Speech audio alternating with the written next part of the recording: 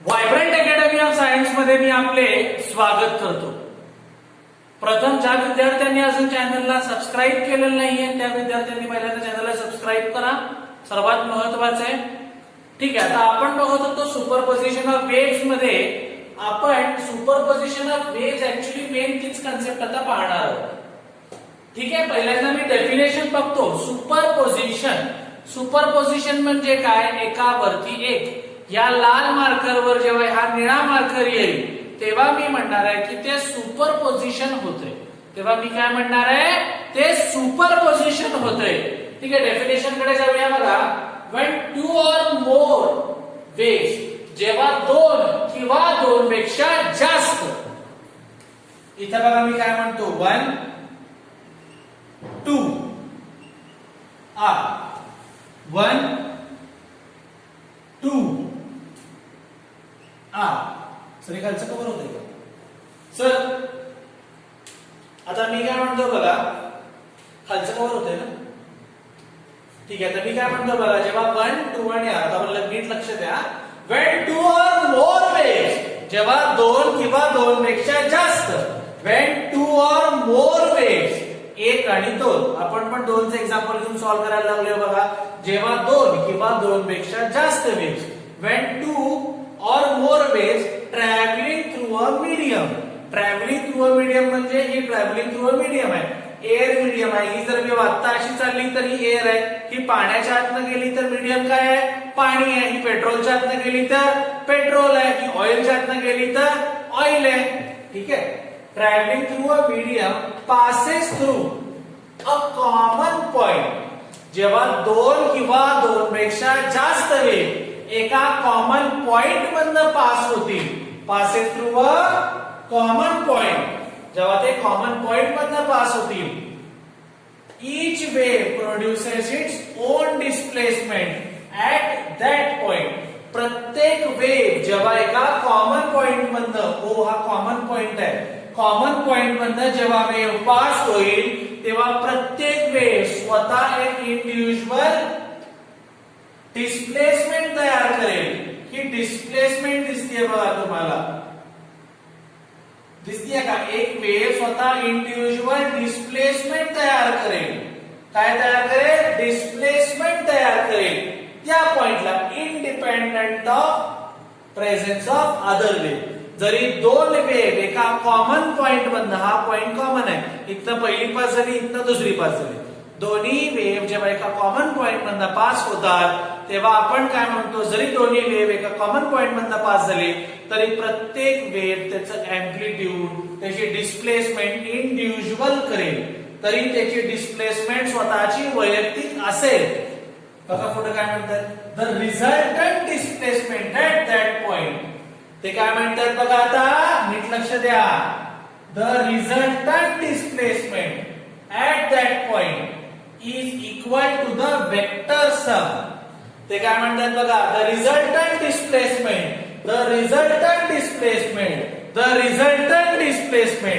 ही resultant displacement काय असेल? ही दोघांची वेक्टर सम असेल. वेक्टर सम म्हणजे काय? दोघांची ही ऍडिशन असेल. म्हणजे काय बघा, ही वेव्ह प्लस ही वेव्ह इज इक्वल टू ही वेव्ह तयार झाली. काय तयार झाली बघा? ही वेव्ह तयार झाली.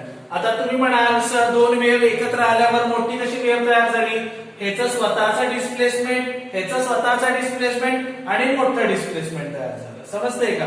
हे बघा इथे 1 2 3 1 2 3 1 2 3 1 2 3 प्रत्येकाने स्वतःचं डिस्प्लेसमेंट तयार केलं बघा. हे प्लस हे इज इक्वल टू हे.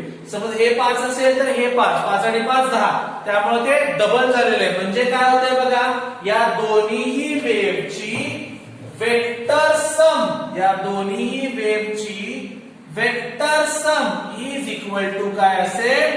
रिझल्टंट वेव्ह असेल. इज इक्वल टू काय असेल? रिझल्टंट वेव्ह असेल. तर परत एकदा मनात प्रश्न पडला असेल, मग यामध्ये रिझल्टंट तर डबल झाले आणि यामध्ये तर काही दिसतच नाही, 0 लिहिलेलं आहे. तर असं का? तर बघा चला, आपण वेव्हच्या बाबतीत बघितलं, हा अप्पर पार्ट दिसतो, हा काय आहे? क्रिस्ट. हा लोअर पार्ट दिसतोय, हा पार्ट काय आहे? Trough. Crest trough, crest trough, crest trough, crest trough. खाली बघा, क्रिस्ट वर क्रिस्ट आलं की डबल होतं, क्रिस्ट वर क्रिस्ट आलं की डबल होतं, सरळ ऍडिशन होतं. सरळ काय होतं? ऍडिशन होतं. ट्रफ वर ट्रफ आलं की परत डबल झालं, परत ऍडिशन झालं. क्रिस्ट वर क्रिस्ट आलं, परत क्रिस्ट आलं, परत ऍडिशन झालं. त्यामुळे इथं काय झालंय? सुपरपोजिशन ऑफ वेव्हजला एकत्र आल्यामुळं मोठी एकदम अँप्लिट्यूड तयार झाली आहे. प्लस ए मायनस ए काय? अँप्लिट्यूड आहे. मोठी अँप्लिट्यूड तयार झाली. आता इथे बघा, क्रिस्ट, हे बघा पहिली वेव्ह काय आहे? क्रिस्ट आहे. Trough, crest, trough, trough, crest, trough, crest. आता बघा, पहिल्या वेव्हच्या क्रिस्ट वरती दुसऱ्या वेव्हचा ट्रफ आलाय. जेव्हा पहिल्या वेव्हच्या क्रिस्ट वरती दुसऱ्या वेव्हचा ट्रफ येईल तेव्हा रिझल्टंट हा कायम 0 असेल. रिझल्टंट हा कायम काय असेल? 0 असेल. पुढे बघा, जेव्हा दुसऱ्या वेव्हच्या त्याच पहिल्या वेव्हच्या ट्रफ वरती दुसऱ्या वेव्हचा क्रिस्ट आला, रिझल्टंट काय असेल? 0 असेल. म्हणजेच काय, मी शॉर्ट मध्ये लिहू शकतो, crest plus crest is equal to twice crest. ठीक आहे. Trough plus trough is equal to twice trough. पण आता मी काय लिहिणार आहे? सर्वात महत्वाचं, crest plus trough is equal to 0 आणि trough plus crest is equal to 0. म्हणजे क्रिस्ट वर क्रिस्ट आलं त्यामुळे ऍडिशन झाली, ट्रफ वर ट्रफ आलं त्यामुळे ऍडिशन झाली, क्रिस्ट वर ट्रफ आल्यावर सबट्रॅक्शन होऊन 0 आलं, ट्रफ वर क्रिस्ट आल्यावर सबट्रॅक्शन होऊन 0 आलं. त्यामुळे इथे रिझल्टंट काय आलाय? 0 आलाय. आणि इथं रिझल्टंट कसा आहे? मॅक्सिमम आहे. रिझल्टंट काय आहे? मॅक्सिमम आहे. आणि हेच मित्रांनो आपण लिहिलेलं आहे. टॉपिकचं जे नाव आहे सुपरपोजिशन ऑफ वेव्ह, तो हाच पॉइंट आहे टॉपिक मधला. पूर्वी हा एक पॉइंट होता, आता या पॉइंटचं नाव अख्ख्या टॉपिकला देऊन टाकलेलं आहे, सुपरपोजिशन ऑफ वेव्ह. मी एकदा स्टेटमेंट वाचतो, तुम्ही डायग्रामशी कोरिलेट करा. When two or more waves traveling through a medium passes through a common point, each wave produces its own displacement. प्रत्येक वेव्हने त्याचं ओन डिस्प्लेसमेंट तयार केलंय बघा, सगळीकडे दिसतंय. At that point independent of other. आणि आता main statement, the resultant displacement. Resultant displacement he resultant wave आहे. ही रिझल्टंट डिस्प्लेसमेंट काय असेल? Vector sum. वेक्टर सम म्हणजे सरळ ऍडिशन, 2 + 2 4, हे वेक्टर सम आहे. डायरेक्टली ऍडिशन असेल. आणि इथं जर क्रिस्ट वर क्रिस्ट आलं तर मॅक्सिमम अँप्लिट्यूड येईल आणि क्रिस्ट वर ट्रफ आलं तर 0 अँप्लिट्यूड. ठीक आहे. यालाच मी म्हणणार आहे, याला मी म्हणणार आहे का, मग ब्लॅक पेन मी लिहितो, याला मी म्हणणार आहे कन्स्ट्रक्टिव्ह. याला मी म्हणणार आहे कन्स्ट्रक्टिव्ह. याला काय म्हणणार आहे मी? कन्स्ट्रक्टिव्ह. आणि याला म्हणणार आहे डिस्ट्रक्टिव्ह. याला मी काय म्हणणार आहे बघा? डिस्ट्रक्टिव्ह. याला म्हटलंय कन्स्ट्रक्टिव्ह, पलीकडच्याला म्हणलंय डिस्ट्रक्टिव्ह. इकडे म्हणलंय कन्स्ट्रक्टिव्ह, इकडे म्हणलंय डिस्ट्रक्टिव्ह. ठीक आहे. सगळ्यांनी पहिल्यांदा काय करा, या गोष्टीचा स्क्रीनशॉट मारून घ्या.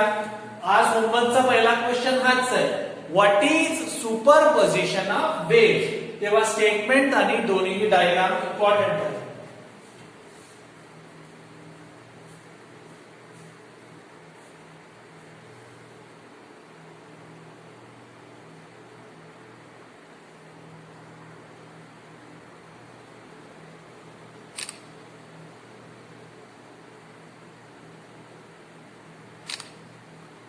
ठीक आहे. आता आपण पुढे जाऊया. तुम्ही स्क्रीनशॉट मारलेला असेल. होमवर्कचा हा झाला बघा पहिला question, what is superposition of waves. ठीक आहे. आता आपण पुढे सरकूया. पुढे बघा, आता आपण आलेलो आहे स्टेशनरी वेव्हज. पुढचा नेक्स्ट पॉइंट आहे stationery wave. Superposition of waves मध्येच आता पुढचा पॉइंट आपण बघणार आहे की ज्याला आपण म्हणतो बघा स्टेशनरी वेव्ह. त्याच्या आधी एक छोटासा पॉइंट आहे, तो बघून मग आपण स्टेशनरी वेव्ह कडे जायचं आहे.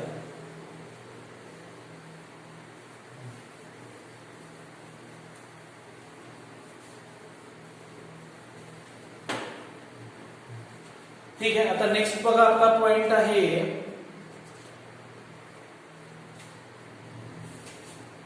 मी हेडिंग लिहितो amplitude of resultant wave. Amplitude of resultant wave.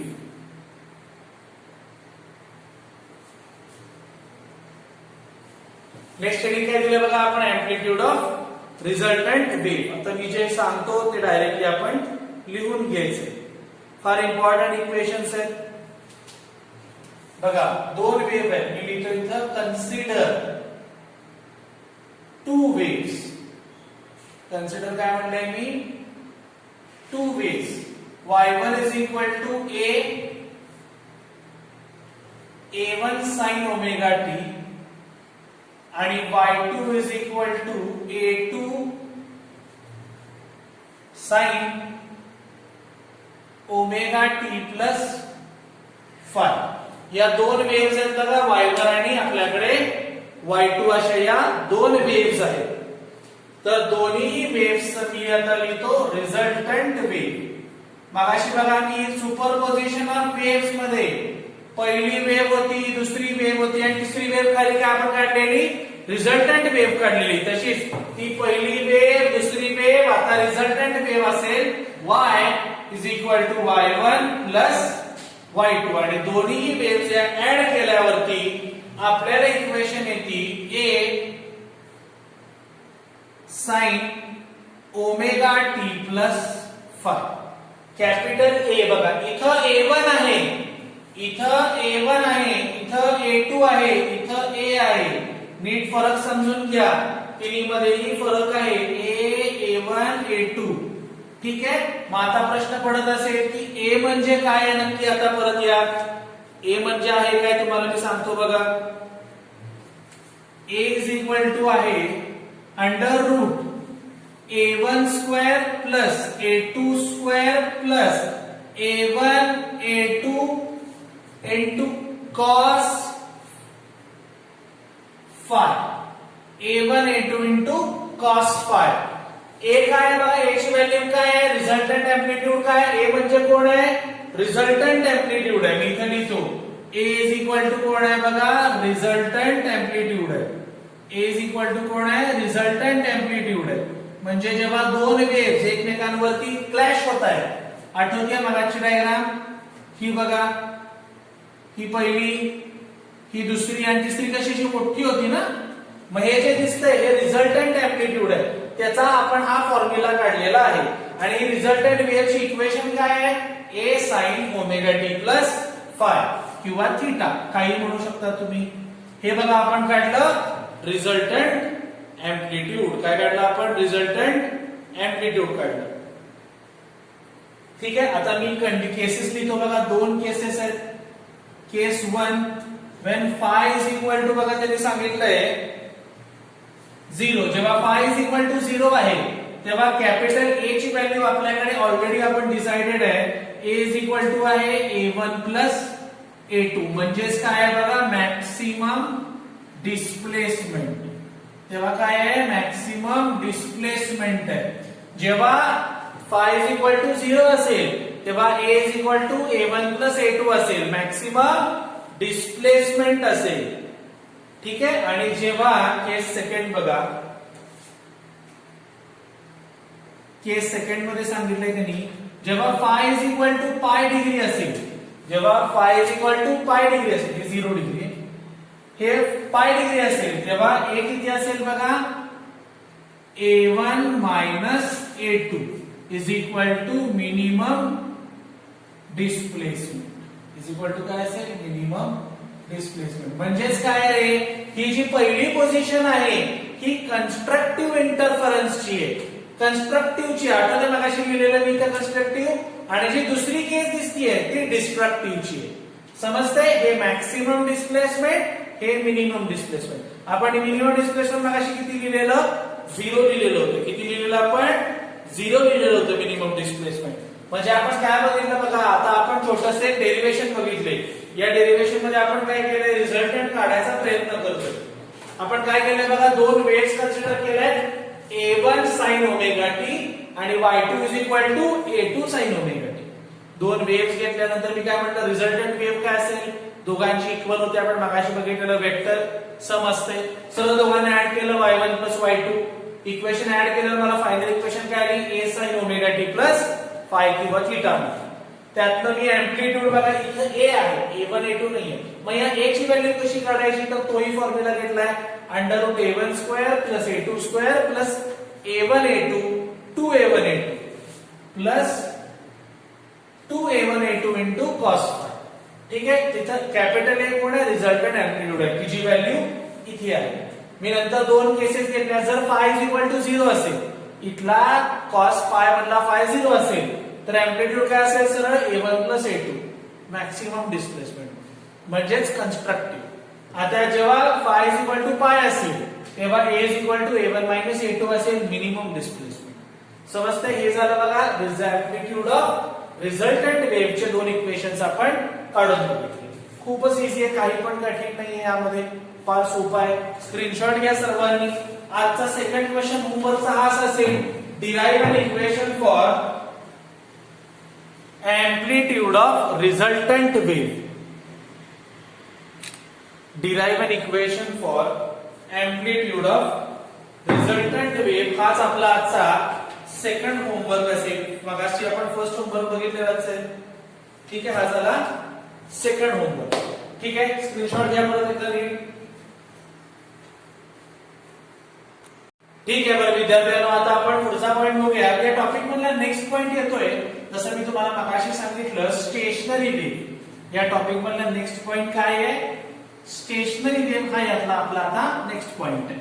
Stationery wave म्हणजे काय बघून आपण आजच्या लेक्चरला स्टॉप करणार आहे. म्हणजे उद्या आपल्याला स्टेशनरी वेव्ह मधलं एक्सप्रेशन बघता येईल. उद्या आपल्याला स्टेशनरी वेव्ह मधलं एक्सप्रेशन बघता येईल, त्याच्याच बरोबर नोड्स, अँटी नोड्स, याचे इक्वेशन्स पण आहेत, ते पण बघता येतील. ठीक आहे, मी इथे आता स्टेशनरी वेव्ह नेक्स्ट आहे बघा, स्टेशनरी वेव्ह. आता आपला नेक्स्ट पॉइंट आहे स्टेशनरी वेव्ह. स्टेशनरी म्हणजे काय, जी गोष्ट हलत नाही त्या गोष्टीला आपण आजपर्यंत काय म्हणत आलोय, स्टेशनरी किंवा रेस्टला आहे म्हणतो आपण, बरोबर. आता ऍक्च्युली स्टेशनरी वेव्ह म्हणजे न हलणारी वेव्ह आहे का, तर बिलकुल नाही. स्टेशनरी वेव्ह ही न हलणारी वेव्ह नाहीये, ही हलणारीच वेव्ह आहे. मी तुम्हाला एक डायग्राम दाखवतो स्टेशनरी वेव्हचा. पहिला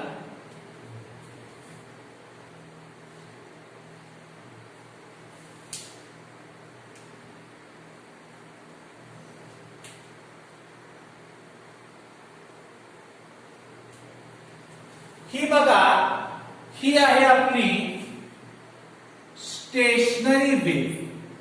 ही काय आहे आपली स्टेशनरी वेव्ह आहे. ठीक आहे, यामध्ये तुम्हाला एक गोष्ट क्लिअर दिसतीये बघा, की मध्ये एक लाईन आहे. आता मी काय म्हणतो बघा, इथला जो पार्टिकल आहे तो पार्टिकल वर जाईल, वर जाईल, वर जाईल, वर गेला, वर गेला, खाली आला, खाली आला, खाली आला, खाली आला.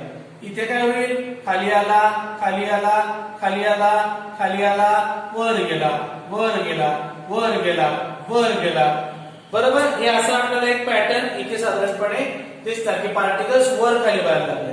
यालाच मी म्हणतो बघा, आता इथे याला नाव देतो स्टेशनरी वेव्ह. आता ही ऍक्च्युअली वेव्ह स्टेशनरी आहे का, तर बिलकुल नाही ही वेव्ह स्टेशनरी. स्टेशनरी वेव्ह म्हणजे काय, आता फॉर एक्झाम्पल तुम्ही तुमच्या घरी बसला असाल, तुम्ही तुमच्या घरी बसल्यावर तुमच्या पंख्याकडे ऑब्झर्व करा, 5 वेळ पंखा लावा आणि पंख्याकडे बघत राहा. तुम्हाला बघत राहताना पंख्यावर एक गोष्ट दिसेल, एवढ्या जोरात जेव्हा आपण पंखा लावतो तेव्हा पंख्याचे ब्लेड दिसतच नाही. तेव्हा असं वाटतं की पूर्ण ब्लेड सगळंच फिरायला लागलं जोर जोरात, इतकं जोर जोरात सगळं फिरत असतंय की आपल्याला वाटतं की पंख्याला ब्लेड नाही, पूर्णपणे एक चक्र आहे एखादं. आपल्याला पूर्ण तो एरिया सगळा तो लाल समज चॉकलेटी कलरचा पंखा आहे, पूर्ण सगळा एरिया चॉकलेटी दिसतो. आपल्याला ब्लेड ओळखताच येत नाही, आपल्याला असं वाटतं की भरपूर ब्लेड आहे. म्हणजे आपल्याला असं वाटतं की पंखा थांबलाय, तो अपियर करतोय. इथं स्टेशनरी याचा अर्थ काय, की तो अपियर करतोय. पंखा असं वाटतं बघून की बंद आहे किंवा पंखा नाहीच आहे. वारा आल्यामुळे कळतं. नाहीतर ऍक्च्युअली जोरात फिरायला लागला. विमानाचा पंखा बघा एवढा जोरात फिरत असतो की वाटतच नाही फिरलाय का चालू आहे का बंद आहे. आता इथे पण एक टेबल फॅन आहे. तोही तुम्हाला मी शेवटच्या लेक्चरला शेवटला दाखवतो. ते बघून कळतच नाही चालू आहे का बंद आहे. असं वाटतं बंदच आहे किंवा ब्लेडच नाहीये. मग हे पंखे स्टेशनरी अपियर करतायत पण ते मुव्हिंग आहे. म्हणून आपण काय म्हणतोय त्याला स्टेशनरी वेव्ह नाव दिलं. कारण अशा बऱ्याचशा गोष्टी आहेत की ज्या स्टेशनरी अपियर करतात पण ऍक्च्युअली त्या कशा असतात मुव्हिंग असतात. ऍक्च्युअली त्या कशा असतात मुव्हिंग असतात. आता यामध्ये बघा 2-4 पॉइंट्स तुम्हाला दिसत आहेत बघा.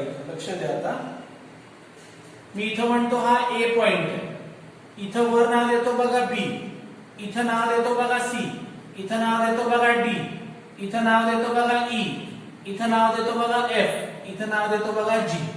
यामध्ये बघा तुम्हाला क्लिअर एक दिसतंय B point D point F point. हे कुठले पॉइंट आहेत मॅक्सिमम डिस्प्लेसमेंट आहे.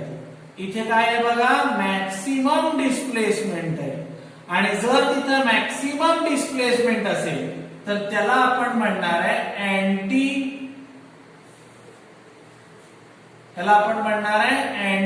नोड. याला आपण काय म्हणणार आहे अँटी नोड. बी डी आणि एफ. आता मी अजून एक काय म्हणतो बघा ए सी ई जी. हे कसले पॉइंट आहेत मिनिमम डिस्प्लेसमेंट वाले. हे कसले पॉइंट आहेत मिनिमम डिस्प्लेसमेंट वाले. मग याला आपण काय म्हणणार आहे नोड. याला आपण काय म्हणणार आहे नोड. आपण अँटी नोड कशाने दाखवतो ए आणि नोड कशाने दाखवतो एन. ए दाखवतो अँटी नोड. एन दाखवतो नोड. ए दाखवतो अँटी नोड. एन दाखवतो नोड. म्हणजे मला सांगा ए पॉइंट कोण आहे अँटी नोड आहे. बी पॉइंट कोण आहे node. No A anti node आहे. बी पॉइंट कोण आहे anti node. Anti node anti node. G point कोण आहे नोड नोड नोड नोड. जिथे बघा एकदम क्लिक झालेली आहे वेव्ह किंवा एकदम संपल्यासारखी वाटतेय जिथे टच होतीये मीन पोझिशनला त्याला आपण काय म्हणणार आहे बघा सगळे नोड पॉइंट्स आहेत. हा हा हा हा. आणि जिथं पूर्णपणे वर आहे किंवा पूर्णपणे खाली देखील आहे त्याला आपण काय म्हणणार आहे अँटी नोड. हे झालं बघा नोड आणि अँटी नोड आणि स्टेशनरी वेव्ह. ठीक आहे. तुम्हाला मी आता हे दाखवतो एक वेव्ह दाखवतो. शेवट माझं म्हणून झालं की ठीक आहे. जर तुम्हाला आजचं लेक्चर आवडला असेल तर आपल्या चॅनलला लाईक करा सबस्क्राईब करा आणि शेअर करायला बिलकुल विसरू नका. आणि हा आता ती वेव्ह बघा स्टेशनरी वेव्ह.